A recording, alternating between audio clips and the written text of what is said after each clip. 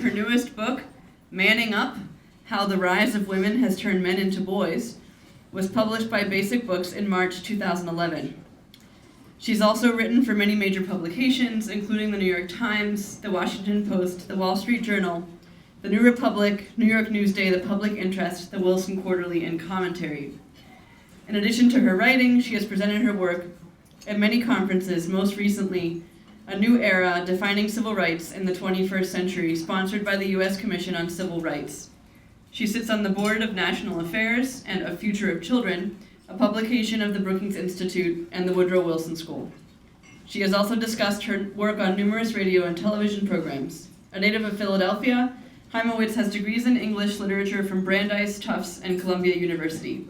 She and her husband have 3 grown children and live in Brooklyn. So, Kay, I'll turn it over to you. Is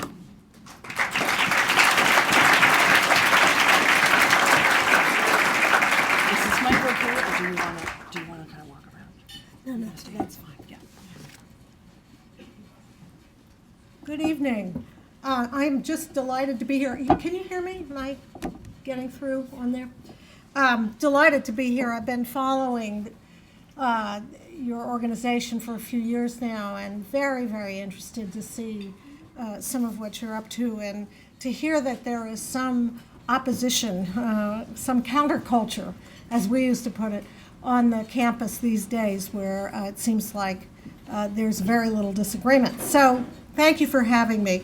I do have to warn you that I had planned on a PowerPoint, but we had a miscommunication, and that is not going to happen. So Professor Scott Stanley has agreed to do some interpretive dance.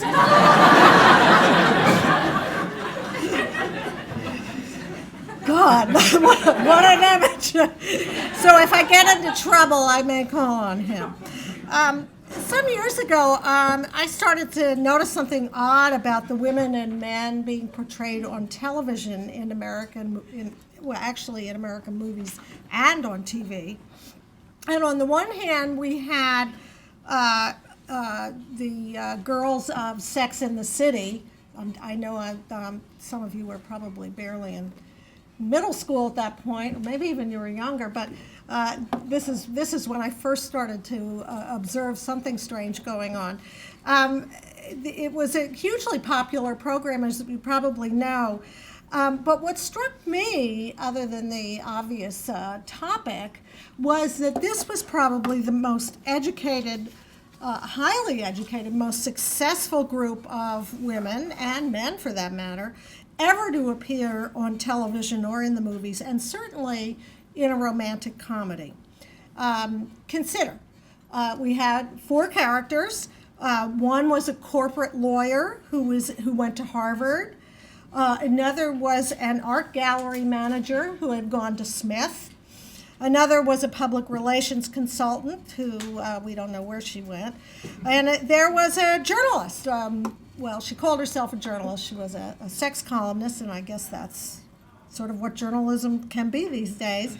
But in the 1990s, Carrie, Samantha, Charlotte, and Miranda, and I had this wonderful picture to show you, but never mind. They struck me as a new American type. This was the alpha girl, successful, confident, independent, fashionable, and of course, fit. But the men that I was seeing on the screen looked rather different. Think for a minute, again, I wish I had these pictures to show you. Think of Adam Sandler or Will Ferrell or Owen Wilson. These guys were goofballs and slackers. They weren't exactly men. They were more like boys or something in between, some kind of hybrid that we'd never seen before. In the U.S., they were sometimes referred to as basement boys, named after their tendency to take up residence in the lower floors of their parents' homes in the instance where that was available. But I came to think of this new persona as the child man. Now, the best known example of the child man, a number of examples were in the movies of Judd Apatow, which I'm sure you're familiar with. The most famous of them, of course, was the movie called Knocked Up. And in that movie, Seth Rogen, a child man if there ever was one, plays a 20-something living in a filthy house with a group of grungy slackers. Well, maybe I'm being a little unfair because they do have ambition. They want to start a porn website. Now, I began to realize that as different as these two types were, the alpha girl on the one hand and the child man on the other, that they were actually demographic cousins, first cousins, really. For one thing, they were, in both cases, not quite fully adult. Despite being grown in the biological sense, they were not quite there yet. Some sociologists and psychologists referred to this group as emerging adults. You've probably heard that term. I myself was partial, because I'm just sort of mean about these things, was partial to the term pre-adults. Now, what exactly is a pre-adult? Now, you need to know, because many of you here today are either pre-adults or moving into pre-adulthood. Pre-adults are single, young, middle-class people in their 20s and early 30s. They are often in graduate school, or they're moving between jobs. In some cases, they're freelancers. They're free agents, as we sometimes hear them called. I know a few who are tutoring high schoolers for their SATs while they themselves are writing screenplays or trying to become successful actors. Or some of them actually are in that intense 12-hour-a-day early stage of their careers. Pre-adults almost always live in cities. Austin, Texas, for instance, Portland, Seattle, Chicago, DC, and in my hometown, Brooklyn, New York, which is really the home of many, many pre-adults. And in these places, they have their own leisure activities, including sushi and Indian restaurants and bars, gyms and nail salons and cafes selling organic free trade coffee, and clubs which play the latest indie music. In other words, they have their own aesthetic. And I bought a house with my husband in Park Slope, Brooklyn 30 years ago, and believe me, it wasn't like that then. So I've watched this amazing change take over my neighborhood as the pre-adults have moved in and have made a lot of improvements, I have to say. Now, I know that to some of you this must seem like, well, so what? This is nothing new. It all seems perfectly ordinary. But actually, and I can't emphasize this enough, pre-adulthood is something very, very new. Up until recently, the central fact about a woman in her 20s and early 30s was that she was a wife and mother.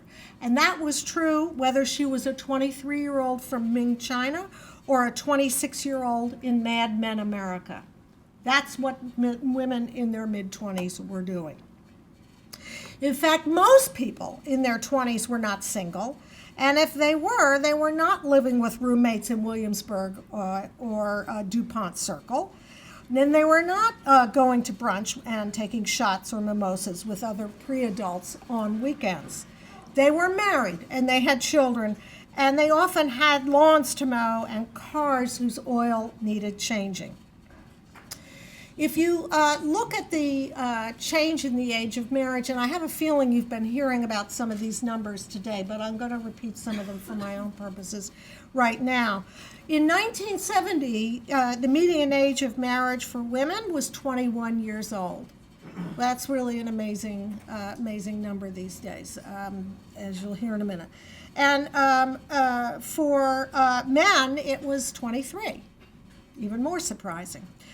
Today, of course, women on average, or the median age for women is 27 for marriage, and for men, 29. And those numbers continue to inch up. So we could be looking at 30 for men very soon. And by the way, among college-educated young people, those numbers already tend to be quite a bit higher.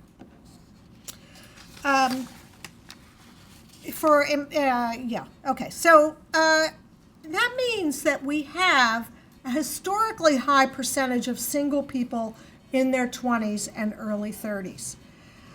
Most Americans at 25 are now single. That was not true many years ago, not so many years ago. In 1970, about 35% of women between 20 and 24 were married. Were unmarried. Today it's 80%. And similarly for men, it was about 80% of men who are unmarried today between 20 and 24. So that is the vast majority of young 20-somethings are not married. Even among later 20-somethings, 25 to 29, for women, about 50% are single, and for men, it's about 60%. Hence, pre-adulthood, right? We've got this huge number of singles, as I said, many of them living in Brooklyn. Again, the numbers among college-educated young people is considerably higher. Now, what does this mean? Well, it means that you've got tens of millions, young men and women, who are free of mortgages, spouses, and a lot of them are free of child care bills, but they are also free of any idea of how to get from here, pre-adulthood, to there, adulthood. Now, sociologists love this kind of new demographic, and as I mentioned before, some of them refer to it as emerging adulthood.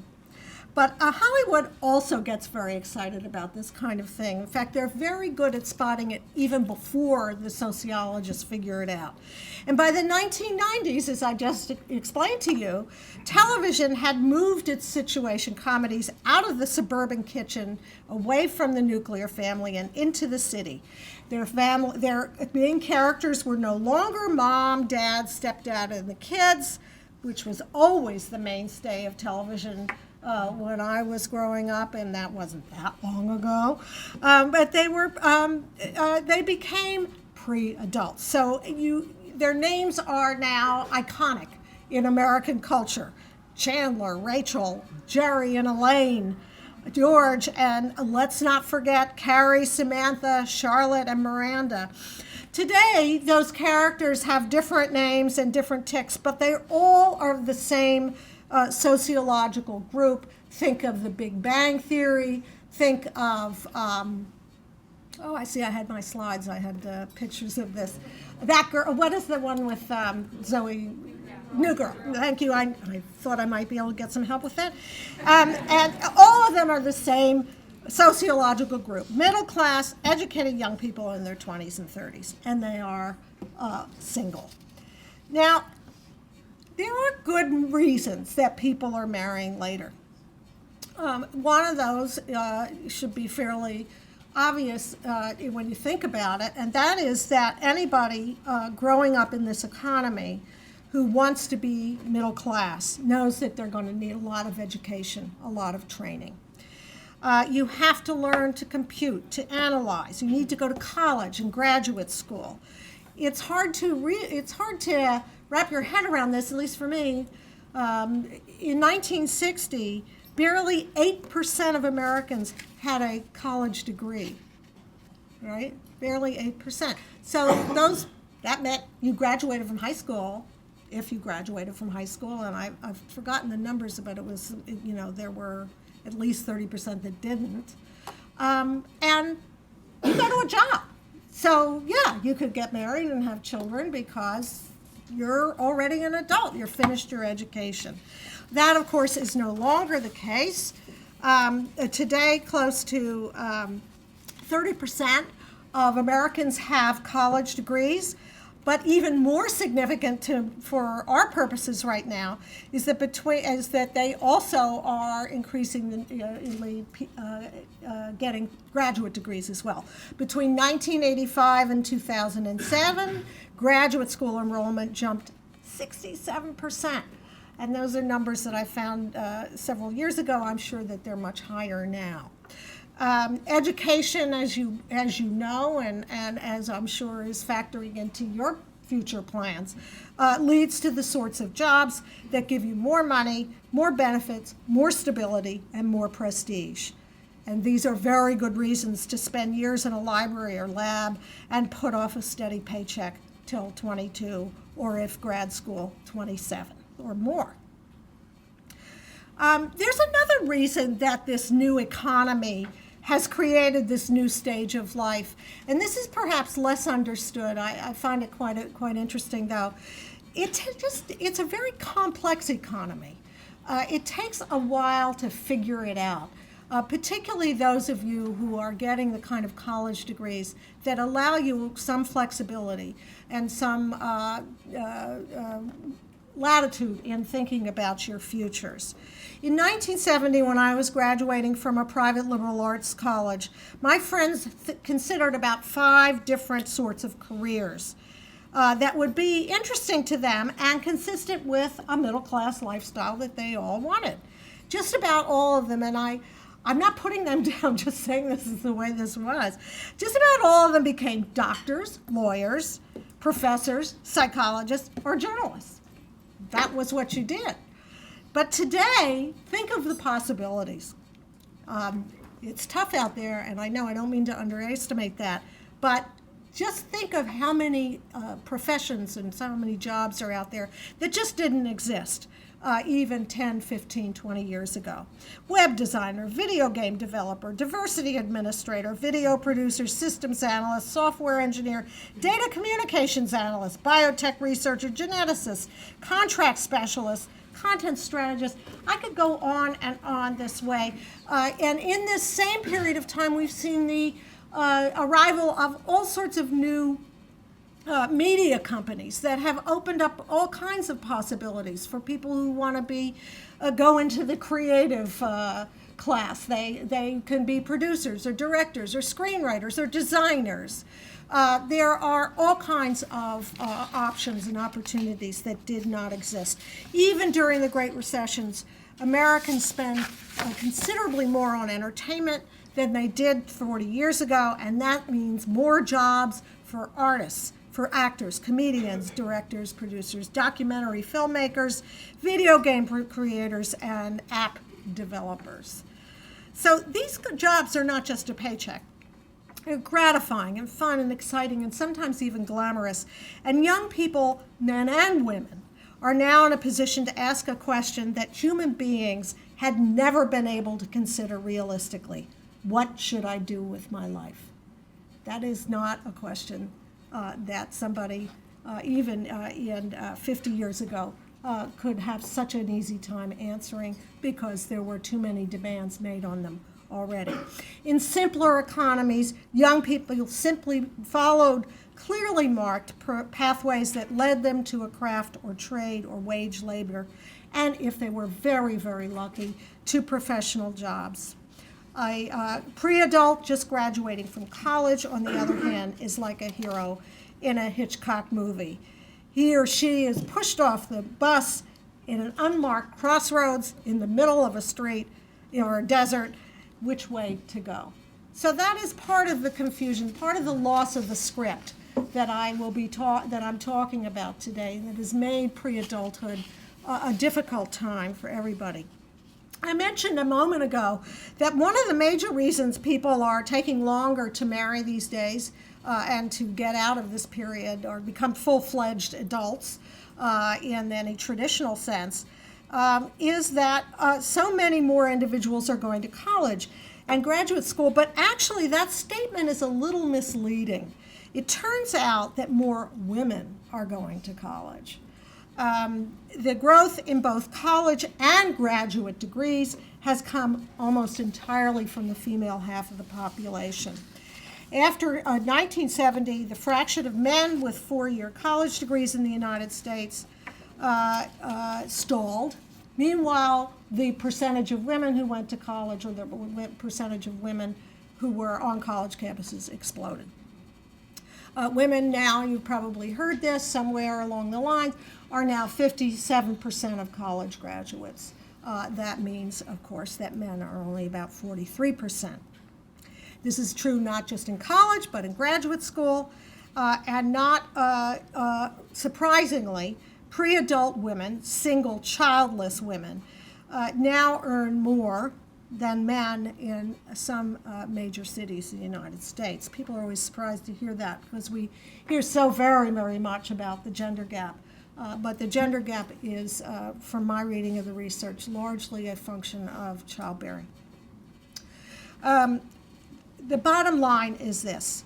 Women are, in many respects, the first sex when it comes to pre-adulthood. There was a very famous book that was published in the 1960s. One of the first documents of the feminist movement was called The Second Sex.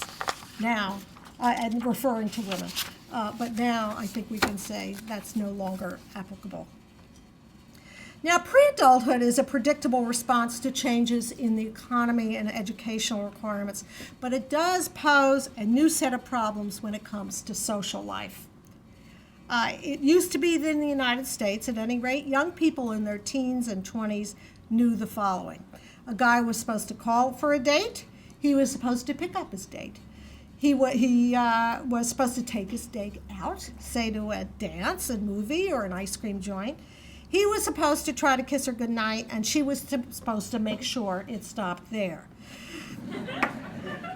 But the advantage for men and women was obvious. It was a very easy script to follow, and anybody with an emotional IQ over 70 could follow it. I used to, when I was in high school, I remember there was a young guy, one of my classmates, who was known to be kind of an awkward guy, and and he, he didn't have a lot of women chasing him, and the rumor was that he kept 3x5 cards next to his phone whenever he called a girl for a date, and he had a script that he followed. It was kind of sad. I don't know if it's true. This is what we heard. You are a very soft-hearted group, I gotta tell you.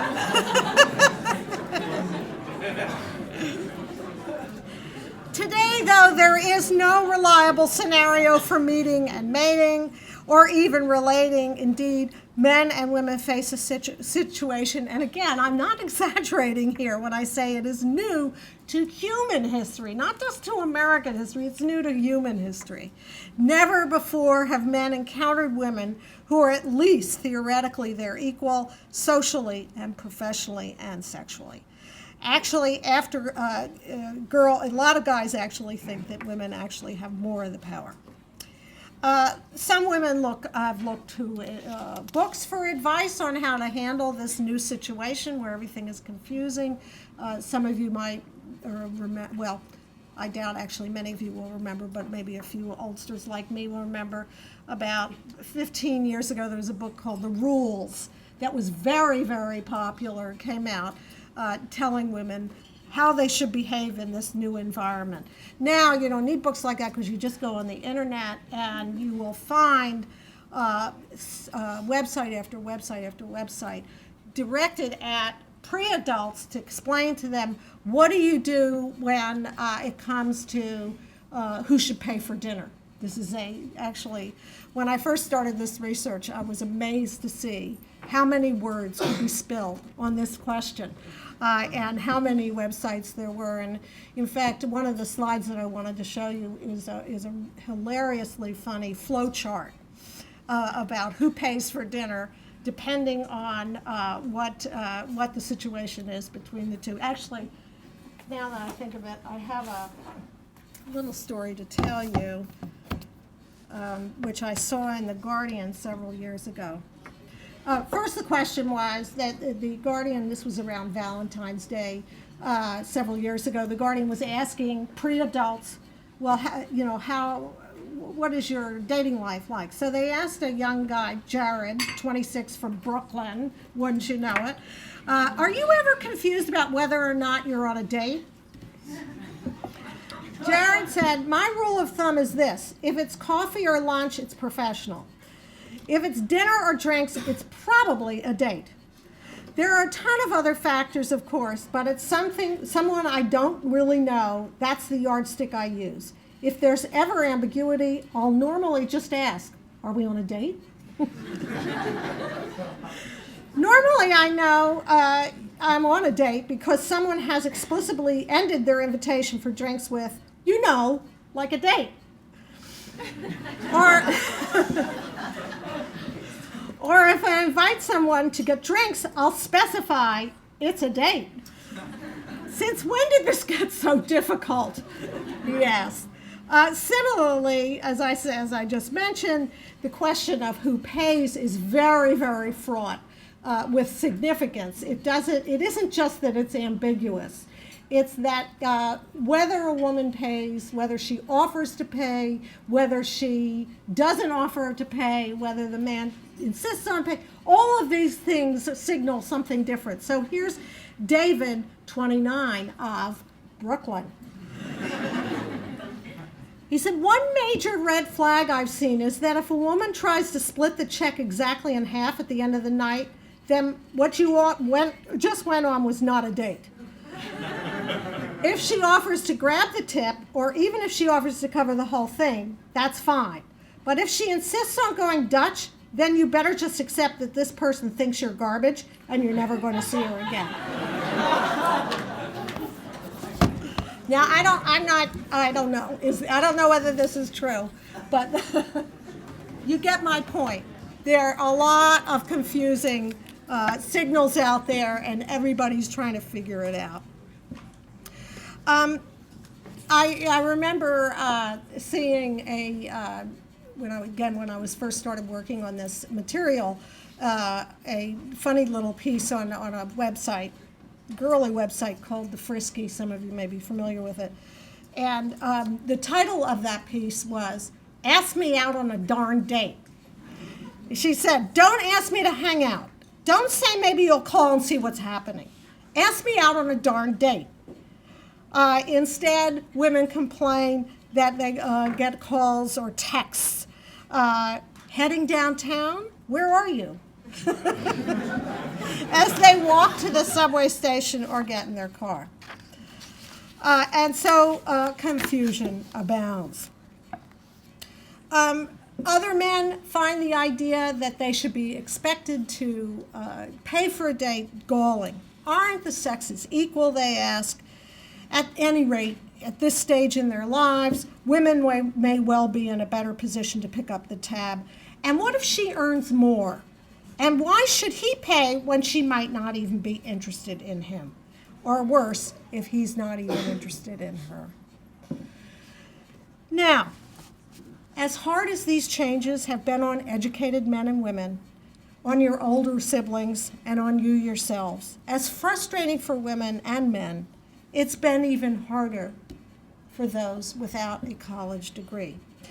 I don't want to understate the dilemmas and disorientation that people like yourselves, who are understandably alienated from the predominant social scene of pre-adulthood, I don't want to underestimate the problems that you face. You face an extremely difficult series of trade-offs. But the truth is, if present trends continues, most of your classmates over the long run will follow a traditional script. That is, they will marry and only then have children. The out-of-wedlock birth rate, non-marital birth rate among college-educated women and men remains lower than 10%. It's quite low. It's gone up a bit, but it is not zooming up the way it is for for less educated Americans. Most college-educated young people will marry, will have their children only after they marry, and actually their divorce rates are quite a bit lower than they are for less educated people. So as tough as it is now for some of you, it is actually quite a bit tougher on the others. And I want to spend the rest of my time talking to you about these less fortunate peers, since I think it points to one of the most important and vexing social and economic problems we face in the United States. Let's go back to the idea of a script. It used to be you had childhood, you were an adolescent, and then you went into adulthood, which meant you had a job, you married, and you had children. For most of you in this room, as I implied a minute ago, that script has changed, but not as much as you might think.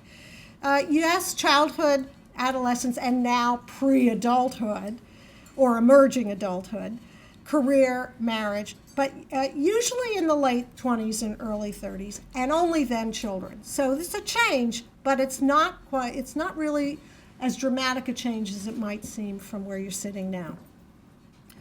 And in fact, the later marriage does, I should mention this because it's sometimes hard to remember.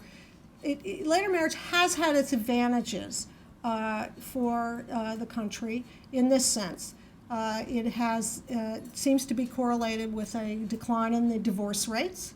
Couples who marry after 24, 25 are less prone to divorce. It has also led to an increase of earnings in women. Women who marry later are more likely to earn more. But for many, many people, what later marriage has meant is having children before marriage. Around 40 years ago, when we started to see the age of marriage increase, we also saw the age of first child go up in a parallel way. But then, somewhere in the late 80s, that stopped. And what happened was that the age of marriage kept going up, but women, low-income women in particular, started having their children at the same time. That age plateaued in the mid-20s. So we had what I've called in a report that I co-wrote with a number of people, the great crossover. That is the crossover between first marriage and first child. For those people without a college degree, and I'm talking here about people with a high school degree or no high school degree. A high school degree maybe in a year or two of college, maybe an associate's degree. Pre-adulthood does not mean what it does for you all here. It often means having a child outside of marriage. Now, the implications of this new life for lower income people are very, very serious. It's presented tremendous problems for children. Even though a lot of the people who who have children before they marry, are actually living together, those relationships, those cohabiting relationships as we refer to them, tend to be quite unstable. And children who are born to parents who are living together as opposed to parents who are married are 3 times as likely to see those parents break up by the time the child is 5. Children who see their families break up like that are more prone to all kinds of problems. More drug and alcohol abuse, more early sexual activity, more school failure, more delinquency, more teen pregnancy. They are less likely to go to college and, of course, more likely to become single parents themselves. So we have a kind of self-reinforcing situation where children who are born to parents who are already at a disadvantage because they have less education are also then providing their children with much more unstable environments. Those children will go on to be low income, likely enough themselves. It is very, very hard to move up, or much harder to move up the income ladder when you grow up under those circumstances.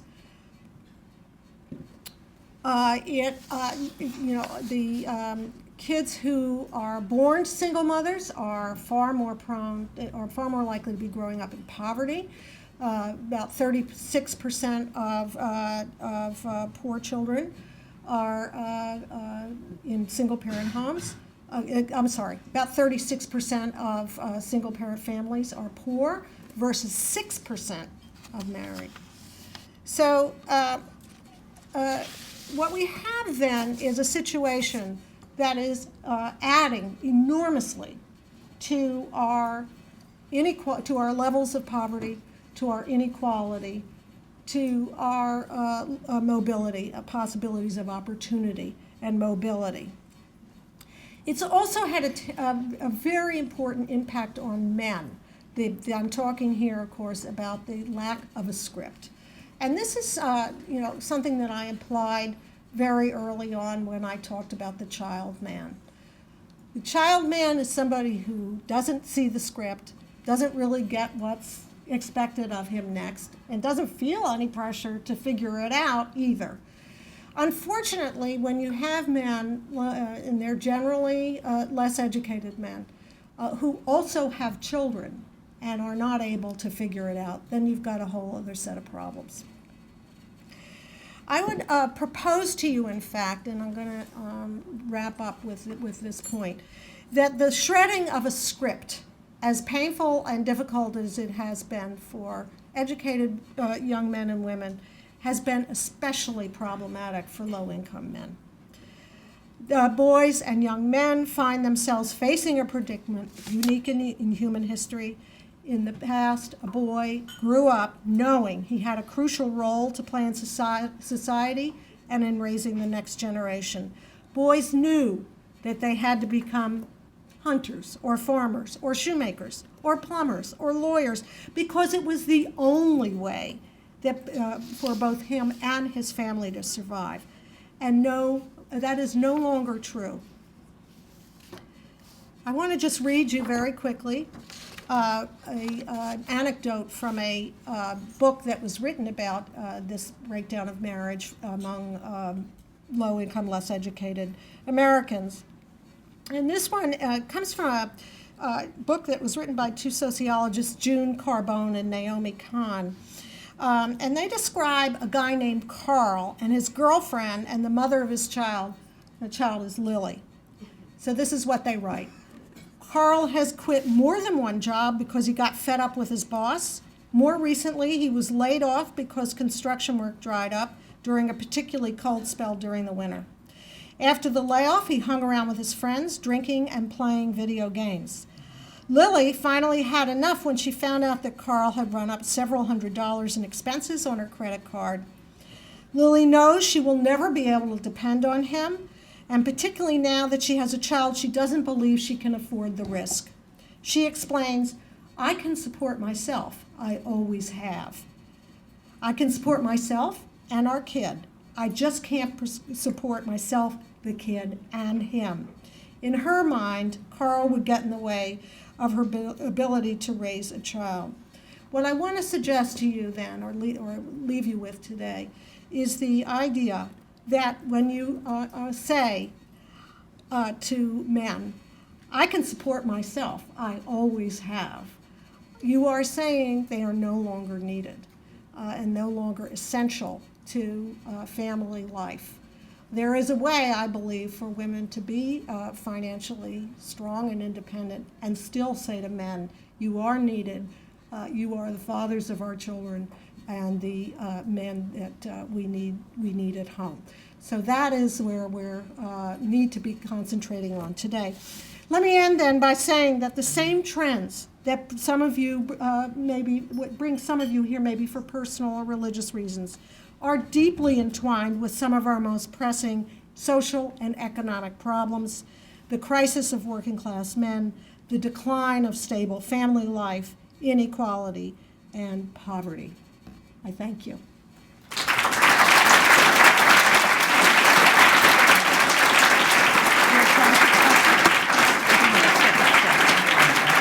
So we have a couple of minutes for some brief questions. Would anybody like to ask a question?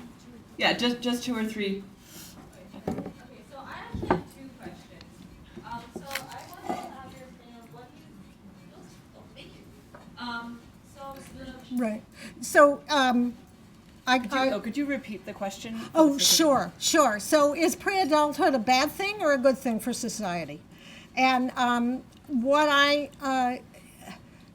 would like to suggest is that it's neither and both. It has caused all sorts of problems for people of all classes. But it has been, as I just finished saying, particularly a problem for low-income, less educated men and women, because it has taken away the script. It has said to men, you can have this long period where you don't have to define yourself, you don't have to stabilize yourself.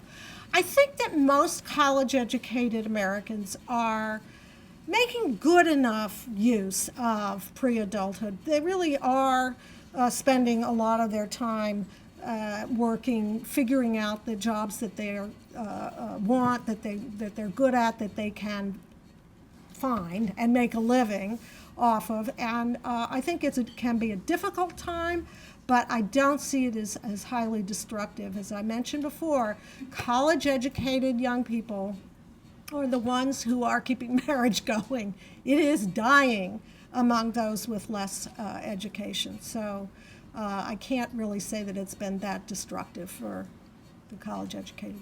Okay, and so my next question is, you talk. Yeah, maybe we can let somebody else have a chance. Over here. We got some people here.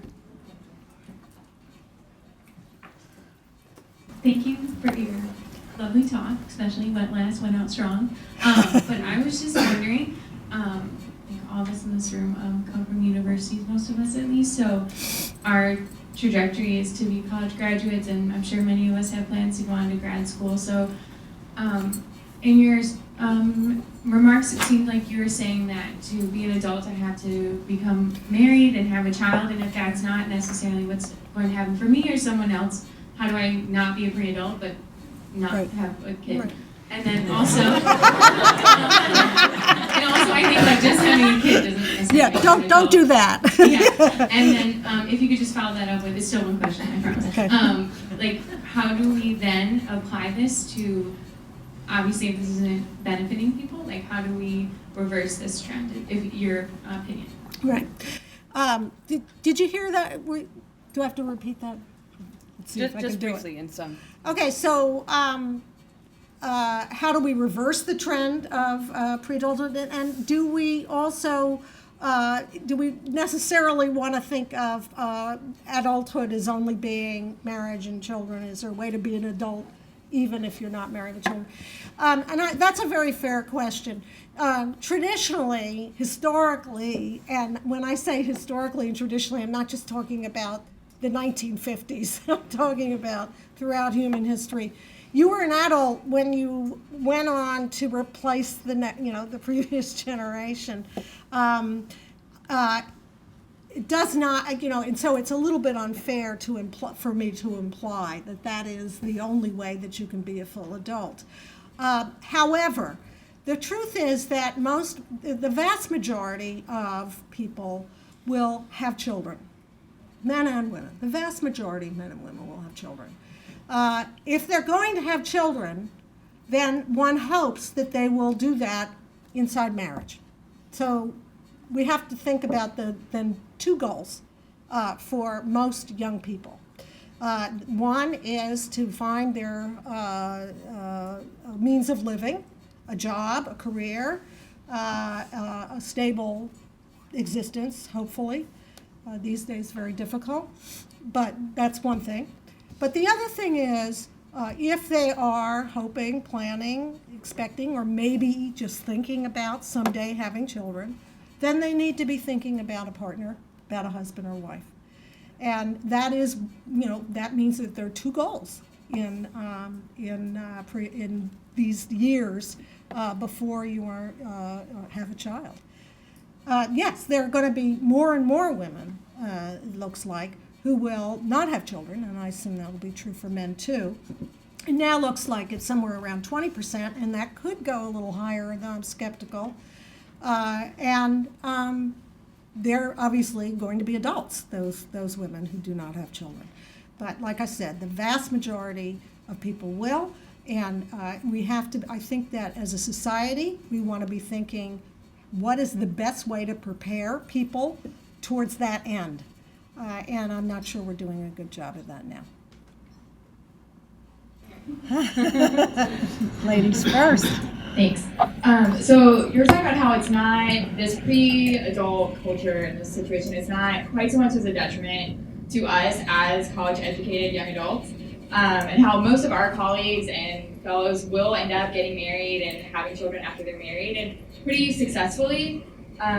But for me, that's just a kind of a struggle because that's not happening without sexual activity. Yeah. And most of the realities that most of our colleagues are using contraception and engaging in non-committal sexual relations.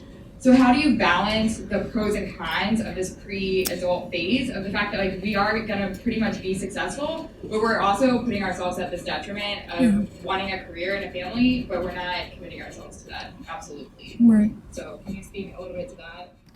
So, let me try to rephrase your question as I understood it, because I'm not entirely sure. Are you? I think you're saying how? Statistically, it looks like you're going to be a success, but right now, trying to be a pre-adult and not be sexually active. Is that what you're saying? Is it? Yeah. I was afraid somebody was going to ask me that. And I don't, frankly, I do not have a good answer for you. I guess my question isn't so much like how do you not do it, it's just like how do we look at this situation and realize the pros and cons of it and not make it seem like our culture is going to end up wildly successful way over the non-college educated society. And like, how do we like talk to people about how we will be more successful generally, but like we are still putting ourselves at a disadvantage? Right. Oh, okay. Now I think I'm getting more what you mean. Look, I think that the answer to that is actually pretty easy these days. There are a lot of unhappy people on college campuses, and in pre-adult Brooklyn, for instance, or many of these cities. I mean, it's not, eventually. From what I can see from the statistics and what I've actually seen firsthand, because I do have grown children and have watched them and their friends kind of work these things out over time, they will probably find a way out of there. But in the meantime, there is a lot of suffering, and we're seeing on the college campuses right now. The sexual revolution is just blowing up in people's faces as we speak. So it seems to me that you are at a perfect moment to be able to make that the case that you're talking about. I quite honestly, I'm somewhat skeptical because of delayed marriage, just how long you can delay sexual activity if people really are going to be waiting till late 20s and 30s. All right, well, let's thank Hymowitz again for